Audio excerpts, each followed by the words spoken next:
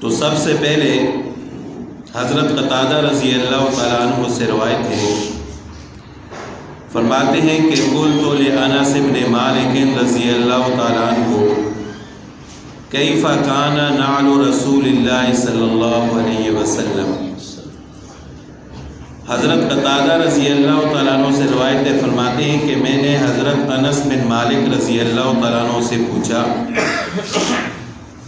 کہ آپ صلی اللہ علیہ وسلم کے جوتے مبارک کیسے تھے؟ تو حضرت انس بن مالک رضی اللہ تعالیٰ عنہ نے فرمایا کہ لہما قبالانی، آپ علیہ الصلوۃ والسلام کے نالین مبارک ایسے تھے کہ ان کے دو تسمے تھے، یعنی آگے کی طرف دو تسمے تھے جو انگلیوں پر تھے۔ تو عام طور پر کتابوں میں لکھا ہے کہ آپ صلی اللہ علیہ وسلم کہ نعلین مبارک کا جو نقشہ تھا، جو صورت تھی، وہ اس طرح تھی جس طرح انسان کی زبان ہے، یعنی اس طرح کی بنے ہوئے تھے، پیچھے سے تھوڑے سے چوڑے تھے اور آگے سے نوک دار تھے۔ تو اس طرح آپ صلی اللہ علیہ وسلم کے نعلین۔ اسے حضرت ابو ہریرہ رضی اللہ تعالیٰ عنہ سے روایت ہے، فرماتے ہیں کہ رسول اللہ صلی اللہ علیہ وسلم نے فرمایا